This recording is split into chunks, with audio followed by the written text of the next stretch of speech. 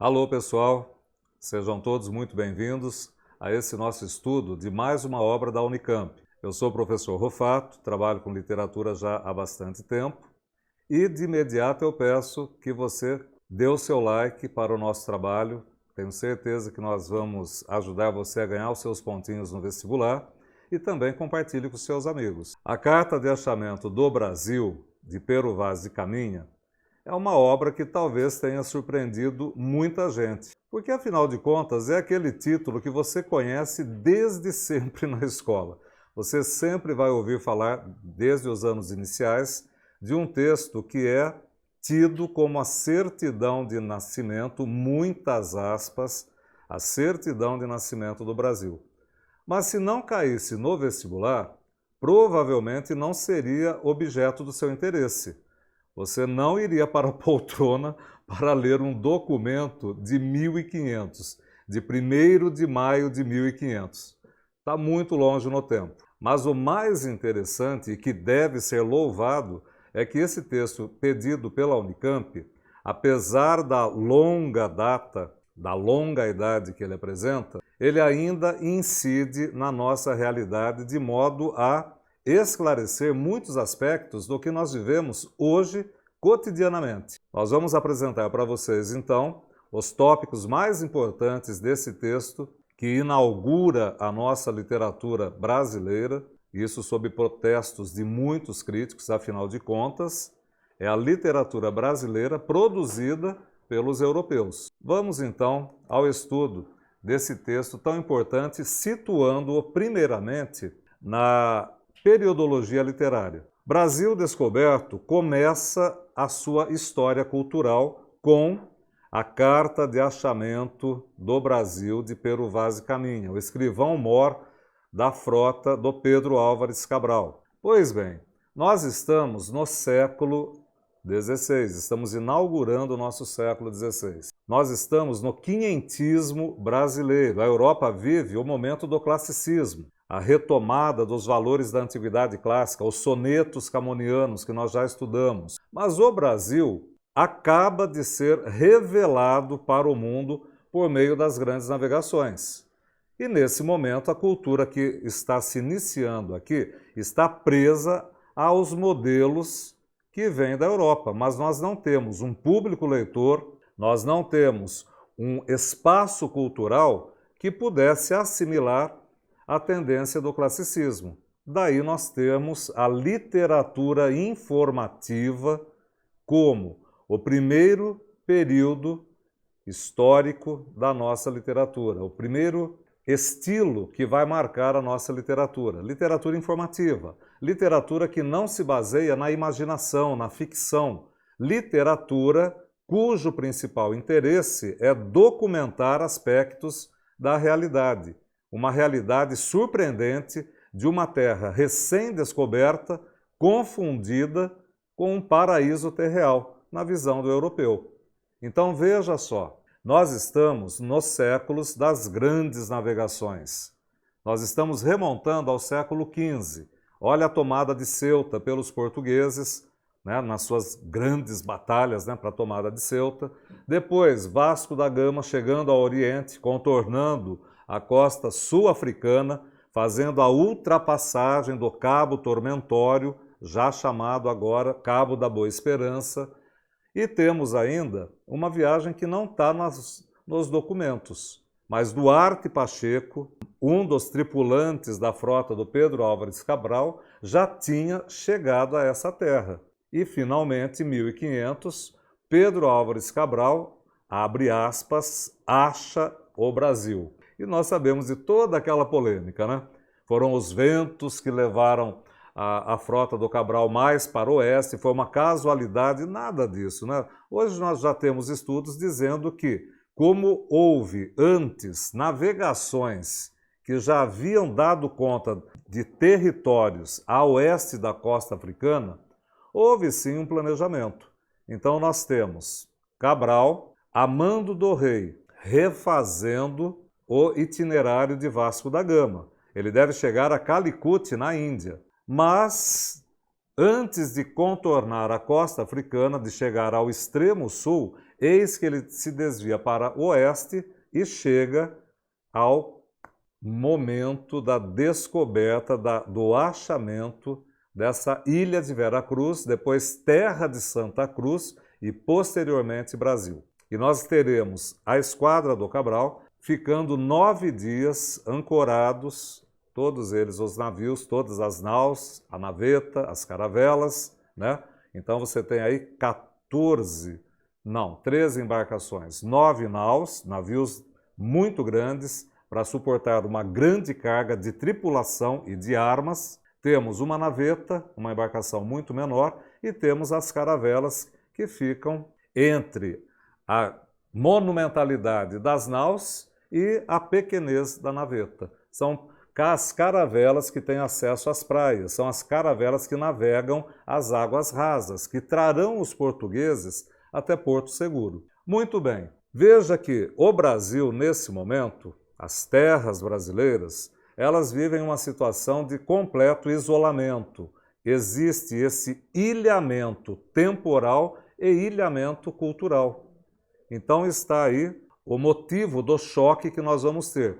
Portugueses trazendo uma cultura do velho mundo, alicerçada em muitos e muitos séculos aí, para o seu burilamento, para a sua sofisticação, para a sua ciência, para as suas artes, para a sua política, chegando a uma terra que não tem essa ciência, que não tem essa sofisticação e esse requinte, mas apresenta uma diversidade de recursos naturais, uma beleza natural que é deslumbrante aos olhos dos portugueses. Confundida essa terra com o paraíso, com o Éden bíblico, né, o paraíso terreal. E realmente havia essa crença que eles deveriam achar o paraíso aqui na terra. Chegaram aqui e tiveram certeza, né? Todo aquele povo adâmico, aquele povo nu nas praias, mais as belezas, mais a riqueza de toda essa fauna, dessa flora tão diversificada, houve um deslumbramento do europeu para uma paisagem tão rica, tão exuberante. Mas a partir do descobrimento, surge um complexo colonial aqui no Brasil. Afinal de contas, no processo de colonização, nós fomos ensinados que tudo que era propriamente nosso era motivo de substituição por tudo aquilo que vinha de fora e era de melhor qualidade. Aconteceu isso com o idioma, aconteceu isso com a indumentária, com o vestuário, aconteceu isso com todos os costumes que faziam o cotidiano dos povos originários. E isso, de alguma forma, ficou marcante na nossa cultura. Nós nos entendemos como objeto, nunca como sujeito. O que seria isso? O objeto é um acessório, é um complemento que está a serviço do sujeito. O sujeito, olha aí a gramática, o sujeito agente, o que tem poder de decisão, o que tem poder de ação. E o complemento é aquilo que existe em função, submisso ao sujeito. É esse complexo colonial que estabelece, então, essa hierarquia. Existe uma poderosa cultura que será trazida para o Brasil, que abandonará sua cultura nativa, uma vez que ela não tem como confrontar em requinte, em sofisticação, em ciência, em sistematização, a cultura que vem da Europa. Isso é interessante quando nós pensamos hoje em termos de discutir a brasilidade. O que é ser brasileiro num país que viveu 500 anos de influência europeia. Um país que sofreu por tanto tempo a colonização, que mesmo após a independência ainda guardou o ranço desse complexo colonial. Uma outra realidade que precisa ser considerada nesse processo. Como a nossa natureza é muito rica, muito exuberante, de pronto, os portugueses começam a ter uma visão da exploração que era possível, do extrativismo possível nessas terras.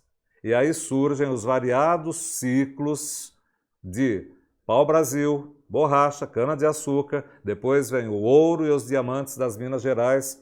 Sucessivamente, essa terra vai sendo expoliada dos seus recursos transformados em riqueza para a coroa de Portugal. Esse é o Brasil que está enquadrado no contexto da primeira carta, da Carta de Achamento, né, do primeiro texto da nossa literatura, a Carta de Achamento.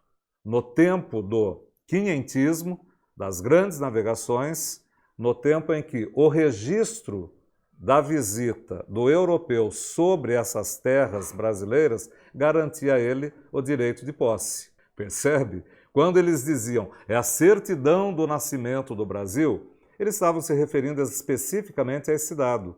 Você chegar a uma terra primitiva, você fincar a sua bandeira, você documentar a sua chegada por meio de um texto enviado ao El-Rei, isso dava certificação de posse. Essa terra é de Portugal. Foi assim que foi entendida a presença dos portugueses já em 1500. Nós temos depois um outro quadro com a falência de Portugal em 1580, final do classicismo, morte de Camões e período filipino de Portugal, quando vem o mito do sebastianismo. Mas essa é uma outra história. Voltemos aqui para 1500, para a Carta de Achamento do Brasil. Nesse sentido, então, a nossa carta registra um espaço específico que é deslumbrante aos olhos dos europeus. Registra os atores que estão nesse espaço, os atores que perfazem essa população que causa pasmo, causa assombro, espanto e também admiração dos portugueses, os povos originários. E uma coisa muito interessante, né? O contato dos portugueses com os povos originários foi amistoso. Não houve guerra, não houve derramamento de sangue, não houve o uso das armas. Na verdade, o que foi usado foi instrumento musical, porque no final todo mundo acabou dançando, fazendo a festa. Bartolomeu Dias, aquele famoso navegante, entra na dança junto com os povos originários. Parece que as relações seriam muito tranquilas. Não houvesse depois uma história a provar ao contrário, ao longo de muito tempo. Ao longo de muito tempo que você pode confirmar, inclusive hoje. Temos então um registro, um bom documento do que aconteceu com a chegada dos portugueses às nossas terras. E aí é muito interessante a Unicamp cobrar essa obra. Nós temos uma visão de mundo, o que era ser navegante, o que era ser colonizador, o que era ser propagandeador da fé católica, porque uma das justificativas para a colonização foi justamente a expansão da fé católica, algo que o Camões já havia atestado nas estrofes iniciais de Os Lusíadas, né? O motivo da viagem é expandir, dilatar a fé católica. Esse mesmo motivo está presente nesse momento da nossa história, nesse documento que inicia a nossa história. E você tem, então, todas as concepções ideológicas que vão orientar a ação dos portugueses nesse período das navegações. Literatura informativa, voltando a esse século XVI, que inicia esse projeto cultural, que inicia essa literatura sendo produzida por estrangeiros sobre o Brasil. Nós vamos ter textos que têm por intenção informar, reportar as notícias dessa terra recém-descoberta ao rei. Logo, você tem predominantemente a função referencial da linguagem. O mais importante não é criar poesia, criar lirismo, criar emoções, não. O mais importante é você dar visualidade ao rei de tudo isso que se apresentou diante de você quando você aportou aqui em Porto Seguro, aqui na costa nordestina. E vamos ter então a necessidade dessa carta para sugerir a posse do rei sobre essas terras que são muito essas terras que são distendidas, essas terras que são muito extensas. Então, há que se sugerir a posse e há que se sugerir a povoação dessas terras para garantir a apropriação, para certificar a posse. Manda-se notícia de fauna e flora muito ricas, com suposição dessa riqueza também se manifestar em ouro, prata e pedras preciosas, que não foram confirmados nesse momento, mas a sugestão está na carta, para despertar mais o interesse do rei sobre a terra recém-descoberta. E vamos mandar notícia também sobre essa gente. E claro que essa gente foi vista de um jeito muito afável, muito simpático, muito inocente. E nessa inocência está a base da facilidade de aculturação, de substituição de cultura, de colonização, que depois se transformaria num contato mais rude, mais violento, se transformaria em escravidão. Veja então, quando nós nos detemos na Carta de Achamento do Brasil, nós estamos recuperando um fato histórico que é propulsor de toda uma cultura que vai arrastar ao longo de muito tempo aspectos que já são verificáveis neste momento. Esse é o grande interesse da leitura da carta. Esse, com certeza, é o motivo de a carta compor a lista indicada pela Unicamp. Nós temos possibilidade de um olhar crítico, é a etnografia. Vamos mapear como são essas culturas. Vamos mapear as diferenças que existem entre o Velho Mundo, a Europa, consagrada numa cultura de muita sofisticação, e a América, o Novo Mundo, recém-descoberto, visto no seu primitivismo, visto na sua rusticidade. Temos também um olhar para a economia, essa terra que se transformará na caderneta de poupança a ser sacada drasticamente por Portugal. Todas as riquezas nossas sendo encaminhadas para a coroa portuguesa. E ciclo sobre ciclo de extrativismo, de expropriação das riquezas, de expoliação dos nossos recursos. Em termos geopolíticos, veja aí o confronto que existe entre a população nativa e os europeus chegando com todo esse repertório tão diferente. Veja a extensão de terra que fará a riqueza de Portugal um espaço diminuto na península, cercado por um lado pela Espanha e de outro lado pelo oceano. A chance de riqueza será estabelecer colônias por meio das grandes navegações. Ilha de Veracruz, terra de Santa Cruz e finalmente Brasil. Um espaço com dimensão continental, um espaço que mudará as relações geopolíticas daquela época. E em termos de antropologia, também nós temos um interesse muito grande nessa carta. Afinal de contas, nós estamos verificando as sociedades que nós tínhamos aqui, os povos originários e o confronto havido com os povos que vinham da Europa. E aí nós perdemos alguns termos que são muito reivindicados hoje para o estabelecimento de uma convivência harmoniosa, de uma sociedade mais justa. A exemplo da alteridade. Quem é o outro que está diante de mim? Que história, que cultura, que futuro terá esse outro que em nada se aproxima de tudo isso que eu trago como novidade? E que tipo de relação se estabelecerá? Uma relação verticalizada, uma relação que se marcará pelo poder, um poder opressor, um poder dizimador. Então, antropologicamente, nós temos esse interesse na carta. Sociologicamente, sem dúvida nenhuma, né? Você está tendo contato, você está tendo oportunidade de ler na carta como que se estrutura aquela gente, como que se estrutura aquela sociedade de modo tão rude. Cadê as casas? Cadê as moradias? Olha o espanto do europeu.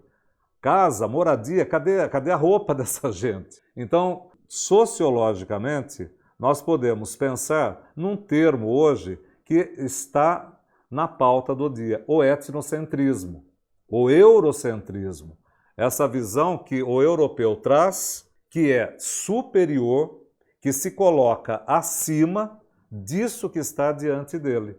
Daí as relações de poder que serão estabelecidas. Daí você ler a carta trazendo para a sua compreensão a noção de darwinismo social. Espécies mais adaptáveis, espécies mais bem desenvolvidas, predominarão sobre as outras com menos recursos, com menos adaptabilidade, com menos condição de oferecer resistência ao poder instituído por uma cultura milenarmente desenvolvida, uma cultura de muito requinte científico. Retomando o roteiro dos navegantes, nós temos ponto de chegada, nós temos a aproximação da praia, a ancoragem, o ilhéu onde houve a primeira missa apenas para alguns tripulantes, missa essa rezada sobre a pedra.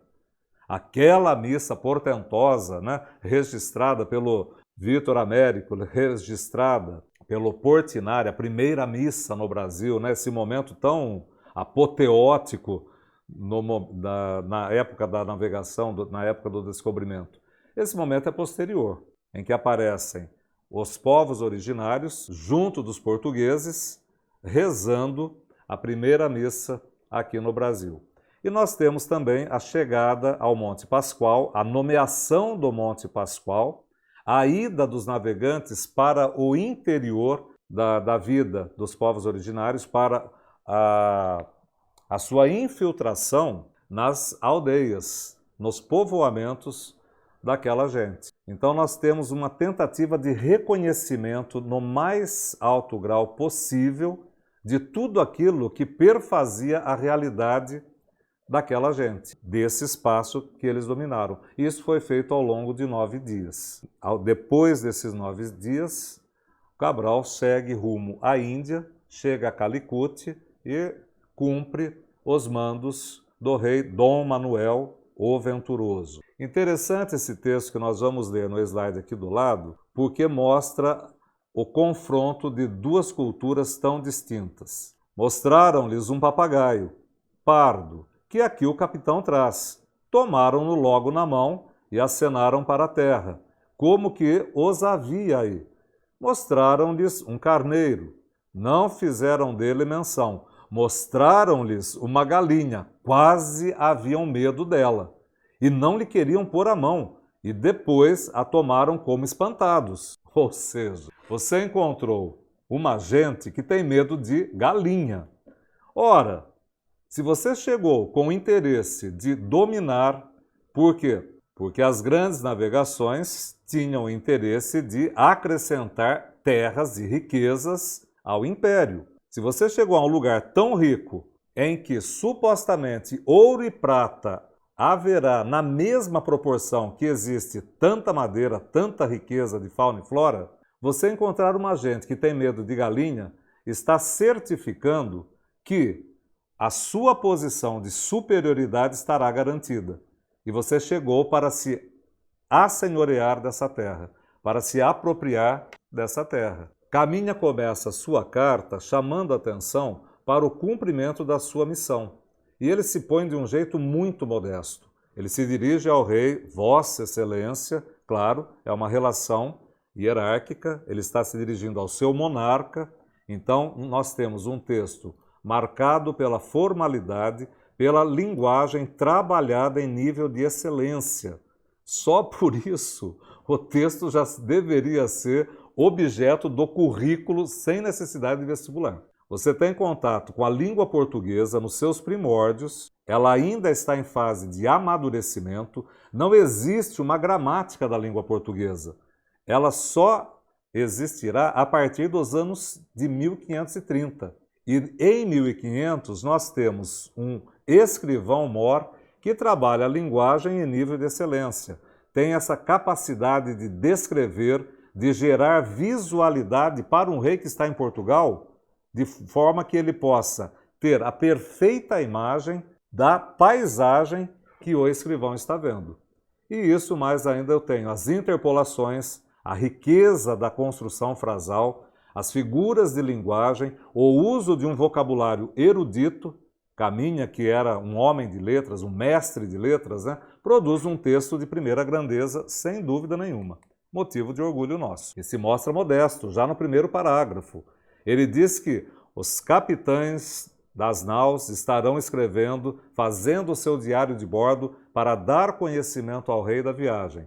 Outros homens também estarão produzindo seus textos, e ele humildemente, humildemente produz a primeira carta, né? A carta de achamento, o primeiro documento do Brasil. Humildemente, ele diz que ele é pior que todos para escrever.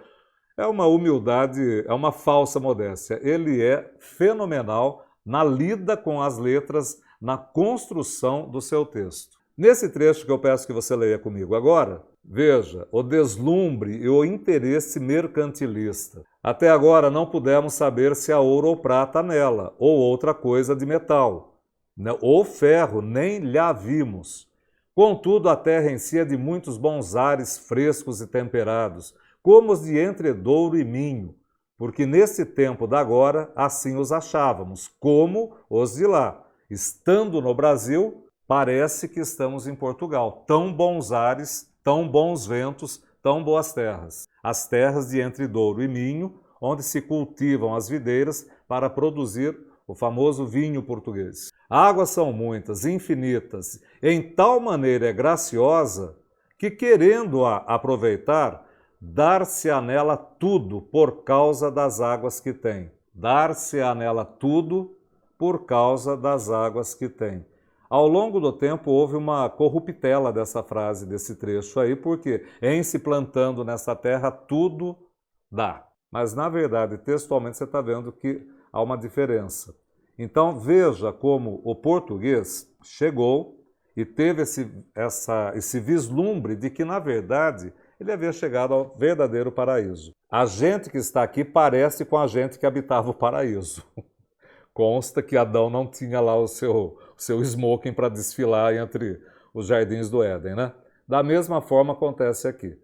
Eles devem ter encontrado o paraíso, mas é um paraíso que não conhece o Deus cristão. Eles não têm consciência dessa religiosidade que a Europa está trazendo. Mais dois textos para lermos e conhecermos a identidade e formação social e mais os interesses extrativistas. Veja aí.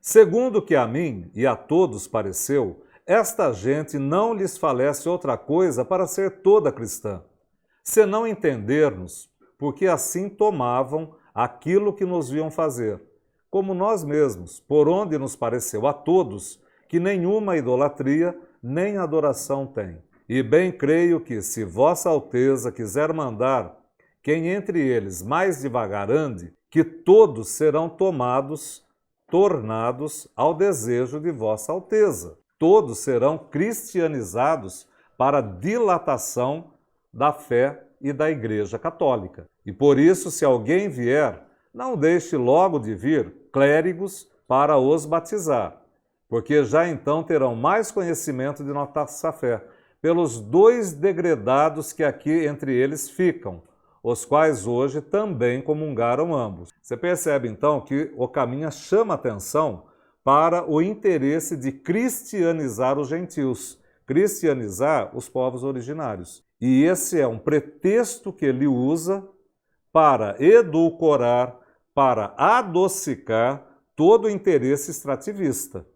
Se você quiser julgar mal os portugueses pelo extrativismo, pela aculturação, pela escravidão, calma lá. Primeiro, olha, eles também trouxeram a religião salvadora, redentora. Eles trouxeram a cruz católica para essa gente pagã.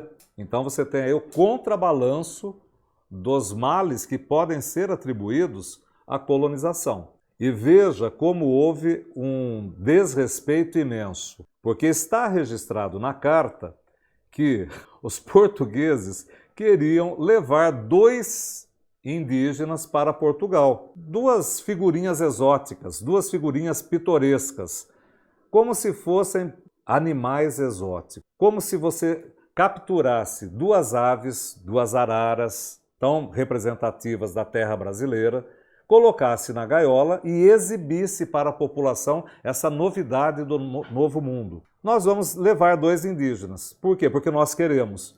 Tá aí a questão da história dessas 2 pessoas, da história desses 2 seres humanos. Por fim, eles deliberaram que não haveria necessidade de levar os 2 indígenas. Seria mais interessante deixar 2 degredados aqui para estabelecer o contato, conhecer os costumes, começar a aprender uma forma de comunicação, para que quando viessem mais europeus, mais portugueses, já houvesse aí uma trajetória, já houvesse um percurso realizado facilitando o contato dessas 2 culturas. 2 degredados, o que seria isso? A tripulação era formada por nobres, olha o nosso escrivão mor, o Pero Vaz, por soldados, porque poderia haver conflitos, e por degredados, aqueles que foram sentenciados a cumprir pena longe de Portugal. Como não eram boas pessoas para a sociedade portuguesa, seriam banidos, seriam exilados, degredados para as colônias formadas ao longo da navegação. Então, 2 degredados ficariam aqui. Na verdade, ficarão 4. 2 porque foram deixados e 2 por opção. Porque perceberam uma terra linda, com gente linda, está escrito na carta, né? Gente linda, terra linda, nenhuma briga, sem derramamento de sangue, só amizade. Ficaram aqui por opção. Melhor ficar no Brasil como desertor, né? Como 2 pessoas que não seguiriam com Cabral até o Oriente. Por opção, eles ficariam no Brasil. Então ficaram 4 portugueses aqui. O interesse extrativista. Esta terra, Senhor, me parece, tem barreiras, a terra por cima toda muito nivelada, muito plana, muito chã, muito cheia de grandes arvoredos, de ponta a ponta, é tudo praia palma, pindorama, palma, palmeira, terra das palmeiras, e muito formosa. Pelo sertão nos pareceu vista do mar muito grande. Nela até agora não pudemos saber que haja ouro, nem prata, nem coisa alguma de metal, porém a terra em si é de muitos bons ares, águas infinitas. Último parágrafo. Porém, o melhor fruto que dela se pode tirar, me parece que será salvar esta gente. E esta gente ser a principal, e esse cuidado com a gente, salvar essa população, essa deve ser a principal semente que Vossa Alteza em ela, nesta terra, deve lançar. Vamos trazer para você uma palavrinha muito usual hoje, supremacismo. Supremacismo branco. Escuta, o índio queria ser salvo? Aliás, ele estava em perigo para ser salvo? Então, olha o conceito sociológico do europeu de que a cultura dele é a melhor de todas. Olha o supremacismo que ele apresenta sobre a cultura dos povos originários. E isso é interessante porque, pense bem, hoje em dia nós temos no Congresso Nacional uma discussão bastante acirrada, porque nós temos os ruralistas de um lado e nós temos os povos originários assentados por muito tempo num determinado território sobre o qual eles não têm poder algum. Está sendo discutida se a posse daquela terra é devida aos indígenas ou ela pode ser dada aos ruralistas, ou se ela deve servir ao agronegócio. E aí entra a questão da PEC, a Constituição de 88, desde quando os povos originários estão ali, a partir de quando eles chegaram, e nessa briga você percebe que existe um fator econômico e existe um fator humanitário. Vamos colocar na balança para saber como os congressistas lidarão com aspectos tão divergentes e interesses tão contrários de 2 forças com representatividade desigual nas bancadas políticas. Percebe? Nós estamos lendo um texto que discute propriedade da terra, certidão de nascimento, supremacia cultural de 1500. E isso nós estamos discutindo hoje no Congresso Brasileiro. A feição deles é serem pardos, um tanto avermelhados, de bons rostos e bons narizes, bem feitos, andam nus, sem cobertura alguma, nem fazem mais caso de encobrir ou deixar de encobrir suas vergonhas do que mostrar a cara. Vergonhas aqui quer dizer genitálias. Os órgãos genitais estão à mostra. Acerca disso, são de grande inocência. Ambos traziam o beiço de baixo furado e metido nele um osso verdadeiro, de comprimento de uma mão travessa, e da grossura de um fuso de algodão, agudo na ponta como um furador. Metem-nos pela parte de dentro do beiço, e a parte que lhes fica entre o beiço e os dentes é feita a modo de roque de xadrez. E trazem-no ali encaixado, de sorte que não os machuque, nem lhes põe estorvo no falar, nem no comer e no beber. Arte plumária, os cocares, as arazóias, as tangas, quando havia, feitas de penas, a pintura corporal, o urucum tingindo a pele do nativo, mais os arcos e as flechas, mais os seus adereços. Olha como a visão do homem americano, brasileiro, chamou a atenção. Em tudo ele é diferente de nós. Em tudo ele parece ser inferior a nós. E o contato se deu de modo amistoso. Os cabelos são muito lisos. Aqui ele vai chamar atenção para a aparência do indígena. Agora veja só, nós temos a questão da cor, que inferioriza a população. Por quê?